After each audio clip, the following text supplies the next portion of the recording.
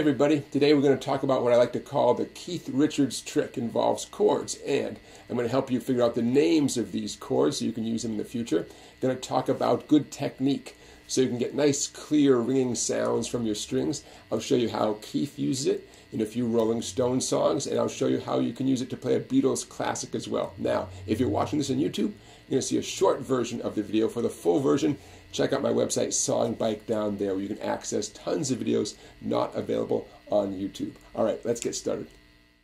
Let's get started with the one-finger A chord. Now, you probably all know the A major chord. We typically do it with 3 separate fingers. I'm going to do it with just my index finger. I'm putting all my pressure on the 2nd, 3rd, and 4th treble strings. I am touching the first E string very lightly. I'm definitely not putting a lot of pressure on there, but just enough so that the first E string has that dead, muffled, muted sound. Okay, now we're going to talk about technique in a minute, but let's get started with the actual trick itself. I just plucked the 4th, 3rd, and 2nd strings, so I have a one-finger A chord. Technically, you only need 3 different strings to play an A chord. You need the notes A, C sharp, and E, and I definitely have those 3 notes. The A on the 3rd string, the C sharp on the 2nd string, and the E on the 4th string. So there's my one-finger A chord. I'm not including the open bass strings at all. Okay, now, I just turned my A chord into a D major chord.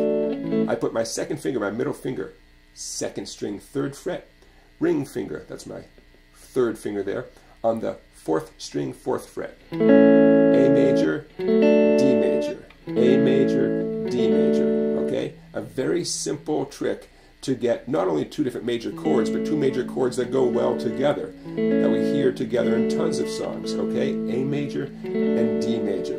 That's where we're going to start today. Now, in the next clip, I'm going to talk about technique, just in case a few of you are getting some dead or muted or not great sounds, okay? So here that comes. Quick note about your strumming hand. You've got to be really careful that you only strum the 4th, 3rd, and 2nd strings, okay? If you happen to hit the 1st string, you better hope that you're muting out the 1st string a little bit with your index finger, right? But to the best of your ability, focus in on the 4th, 2nd, and 3rd strings. That's all we're really going to say about the right hand. Okay, now your fretting hand over here. To do this well with a minimum of practice, we need to talk about keeping your index finger very straight. We can't let that knuckle bend. Look at your finger right now. If that knuckle is bending, it's not going to work. You got to really push your wrist out. Keep this finger as straight as possible, okay? Secondly, see where my thumb is back here? I'm going to tilt my guitar. My thumb is pretty much exactly opposite my index finger. My thumb is pointing straight up towards the ceiling. You can't have your thumb going sideways. Really straight up towards the ceiling is the way to go, okay? That thumb is going to make all the difference. So in effect, my 2 fingers are pinching in on each other like that. Now to start off, you have to be sure that this one-finger A chord sounds good. The D chord we're going to do in a second, it's definitely not going to sound good if the A chord itself doesn't sound good. So do whatever it takes to get the 4th, 3rd, and 2nd strings to sound good right there.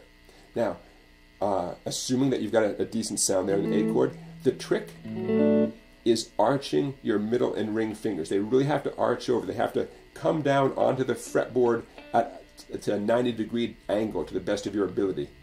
And you have to miraculously clear the 3rd treble string. Your middle finger should only touch the 2nd string. Your ring finger should only touch the 4th string. The 3rd treble string, the G string, has to obviously keep ringing clearly. So arching those fingers is so important. Short fingernails, go cut your nails. Your fingernails are probably too long. Go cut them. That's going to make a big difference as well. Okay, this is a little bit easier on electric guitar. You should know that. If you're doing this on acoustic, it's a little bit harder. Okay, you electric guitar players, you got a little head start. Okay, arching these fingers, so important. Thumb placement, we talked about that. We talked about the index finger. Okay. And again, I'll say it one more time.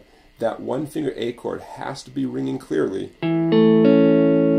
before you can hope that the D chord is going to come out clearly as well. Okay, now let's get into the names of these chords and how you can take it up to the neck. For this next part, it helps to know a little music theory, but if you don't, that's okay. Stick around. But for those of you who are curious about music theory for guitar players, I have a series of videos called Music Theory for Guitarists. You get a few of them for free on YouTube, and then there's a bunch more at my website, Songbike. Okay, so we have a one finger A and a D. So that's based on the 2nd fret, right? Now what if I move up to the 4th fret? That's a B major chord and an E major chord. So B and E. How about the 5th fret? C and F. 7th fret, D and G. How about the a bar at the 9th fret, a little mini bar at the 9th fret? That's an E major chord, and here's A. E and A. How about 10? That's F and B flat. How about 12? That's G and C. In fact, that brings us up to the brown sugar riff that Keith Richards does, right? The very first two chords he does. It's that C chord, and then the one finger G chord based at 12. Okay?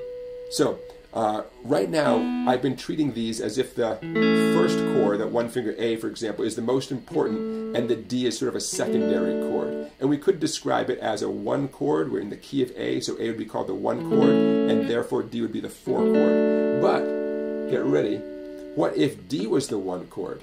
If D is the 1 chord, what would that make A?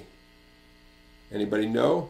If D is the 1 chord in a song, or in the key of D, A would be the 5 chord. Hey, that's fine. So we have a D, and we have an A. That's great. So, you don't have to play D up here with one finger at the 7th fret. You could play D down here, and maybe A is the next chord. That happens a lot. You've got your instant A waiting for you. So, sometimes this can represent the 1 chord and this is the 4, but sometimes this is the 1 chord and therefore this would be the 5 chord. I know we're getting into some music theory here, and again, check out that series of videos I made called Music Theory for Guitarists. Like I said, there's a bunch of them available on YouTube and even more at Songbike. Okay, so now we've talked about all this stuff up and down the neck. Now it's time to use it in some songs. I've got a lot more to show you about this trick, including those Rolling Stones songs and the Beatles songs I can't wait to teach you. So head on over to Songbike, where you can become a member and access the rest of this video and a lot of other great videos. Thanks for watching, everybody, and I will see you at Songbike.